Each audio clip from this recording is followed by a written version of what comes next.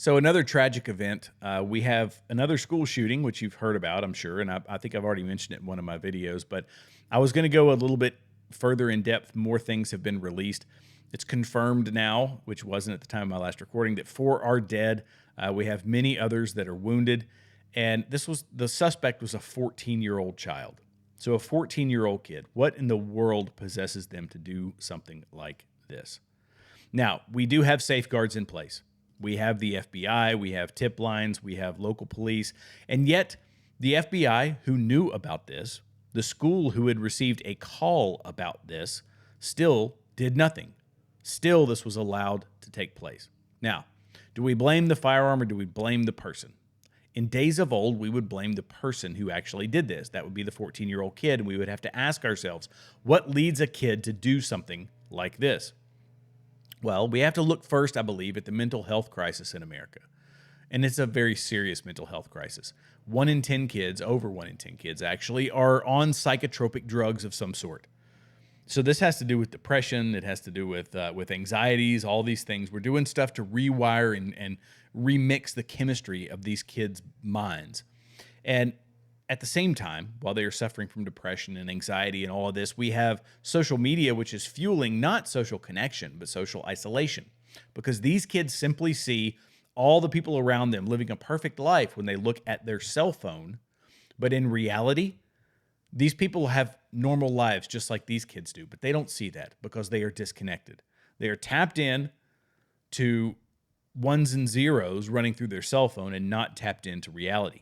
We also have broken families. So where there would normally be a strong, and I don't know if this is the case with this kid, but one of the things that seems to be ravaging our young men and, young children is the presence of a stable father in the household. Over half of our families are divorced, separated, under some sort of conflict that these kids are having to live through, so they don't have anybody to turn to. And we tell them, or not, we haven't explicitly told them, but through our gifting them of cell phones and iPads and things of that nature, they start to believe that their worth is tied up in likes, clicks, views, and et cetera, et cetera. And we are willing, by the way, when they go to school every day, we have this vast swath of our population who says our kids shouldn't have to live. And Kamala Harris just said this today or yesterday, I forget when it was, in the past 24 hours, that our kids shouldn't have to have police officers in schools. They shouldn't have to be protected with metal detectors and other countermeasures to help prevent things like this. Because Kamala Harris and a lot of other parents out there want the utopia in their mind, which is what we had when we were growing up. We didn't worry about school shootings. We didn't have to worry about school shootings.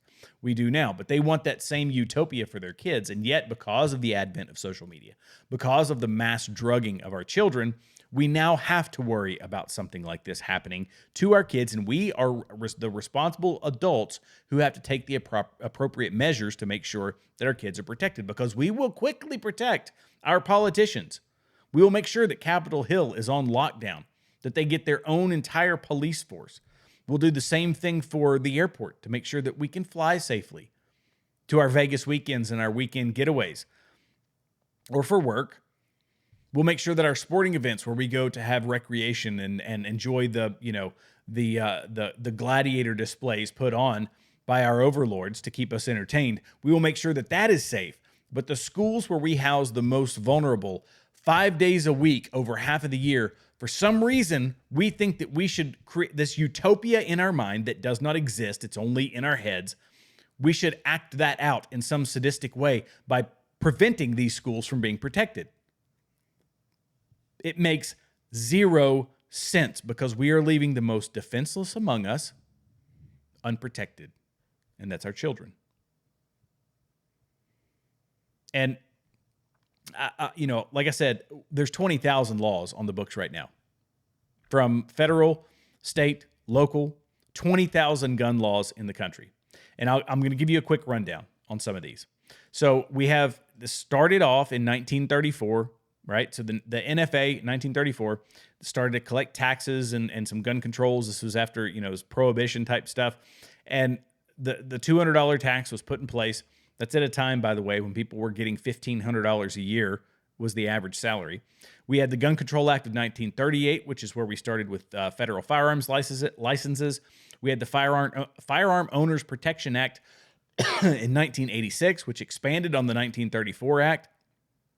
And this started to encompass felons, mentally ill, illegal immigrants, and drug users. Now, how has that helped Chicago, by the way, which I'm going to show you a video of here in a minute. If it required firearm dealers to keep records, this is so we can track all the nefarious people. And if something were to happen, we will have records of this. Well, they said that we couldn't have that illegal immigrants couldn't have firearms.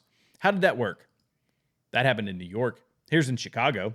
This is in one weekend, by the way, 4th of July weekend. At least 100 shot, 17 fatally in a citywide holiday weekend gun violence, says the CPD.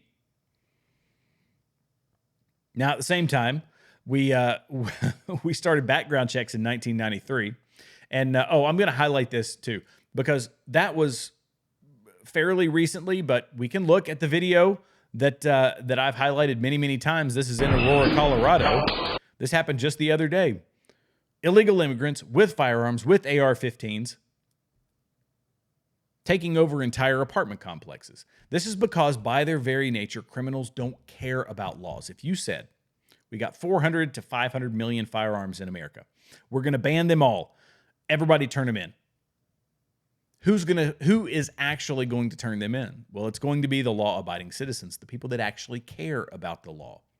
Criminals, by their very nature, care nothing about the laws.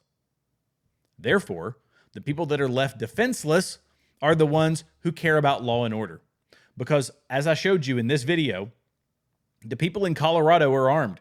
There are people in Colorado that have firearms of their own, and yet they aren't taking the law into their own hands. The criminals are. So what do? We protect our kids. We don't strip away our means of protecting them through more gun laws, in addition to the 20,000 that we already have on the books.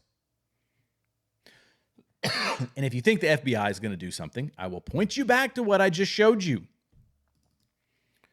The FBI had them on a watch list, had this kid on a watch list. Did it stop anything? No. So what do? You harden the soft targets. Instead, we've said, nope, this utopia that we want, we're going to make them gun-free zones so that nobody can have a gun there. By their very nature, criminals don't care about laws. A gun-free zone says you are not legally allowed to carry a firearm. It's a law. You are not legally allowed to carry a firearm on the premises. Therefore, everybody on the premises is unarmed, the law-abiding citizens and the children. And you leave yourself a soft target for a demented child to do what he did. And that's take the innocent life of people around him. It's not that hard. It really isn't. It really isn't. And people say, oh, only the military needs to have firearms. Well, it's partially true. Yeah, that would be great. Just the no. Everybody needs to have a firearm.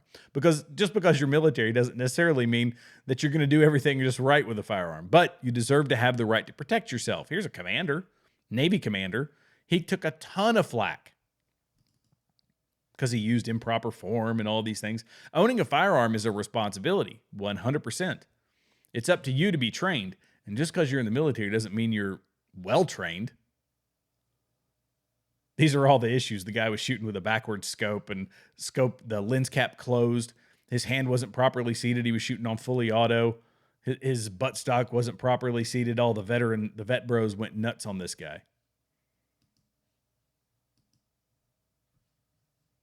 But the fact remains, guns are out there. Guns are not going anywhere.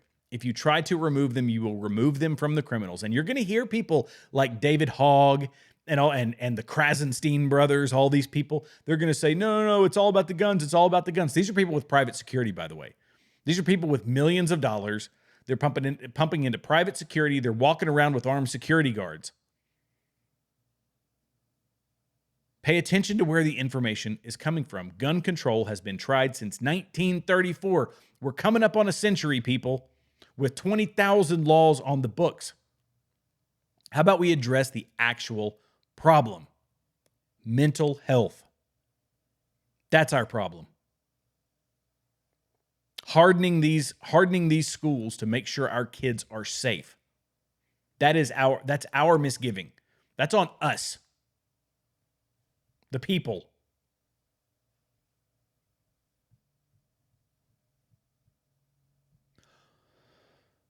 And there's a lot of folks out there who just saying, you know what? Conservatives don't care. They want their guns. No, we want to protect children.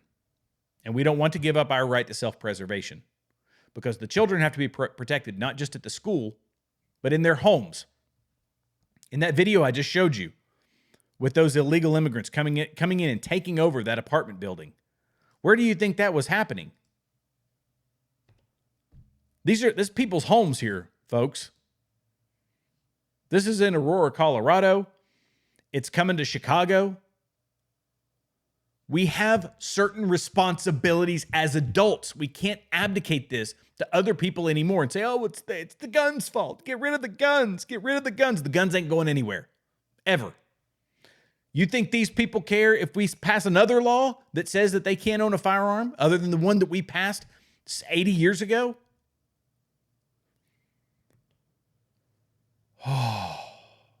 One day, people will wake up and realize that we are doing a disservice to our children by not protecting them. And it's going to take a good guy with a gun, as it did in Georgia, which is the SRO, to stop these incidents. And there's countless of them, by the way. Anywhere from 500,000 to 3 million defensive uses of firearms in this country. But you only hear about these incidents where you have no firearms present other than one guy with a pistol, when you could have had armed teachers, armed principals, assistant principals, people trained, ready to defend their flock. But for some reason, we are too cowardly to do that. And that's where I stand. Thank you all so much for watching. Be sure to like, subscribe, leave comments below. We're on X Locals, Rumble, and YouTube. And I'll see you in the next video.